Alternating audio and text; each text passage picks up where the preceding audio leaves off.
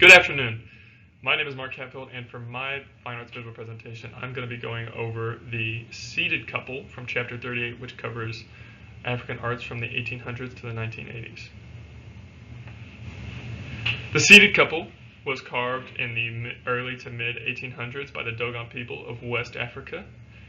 Right now it sits in the Metropolitan Museum of Art, and what drew me to this piece was not the craftsmanship, but the emphasis on gender roles and norms within the Dogon society that I think this piece reflects so potently when you really interpret it and take the time to analyze it. When we flip the perspective to the back of the carving, we see a couple new aspects that surface that deepen our understanding of the artist's intent. For example, on the left, on the back of the man, we see a quiver, signifying his role in sustaining and protecting the family. And on the right, we see, on the back of the woman, an infant, signifying her role as caretaker of the home and for child rearing. Both a burden, but both a harmonious relationship which causes the family unit to thrive.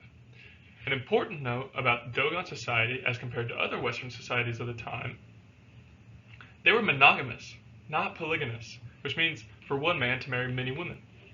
Though much of that polygamy was exacerbated by the slave trade, that only made these bonds that these Dogon people made ever the more deeper. The final thing I wanted to point out on this is the ancestral spirits, which are shown in these ornate figures on the bottom, holding up the two figures that sit atop. The Dogon were ancestral worshippers. They believed that their family spirits kept on living even after death to support the family, their prayers, their wishes, and all that sort of thing.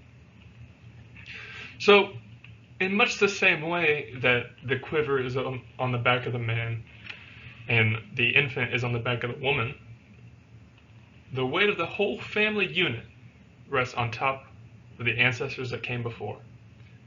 And I think that is why this piece drew me in so much and why I wanted to share it with the class.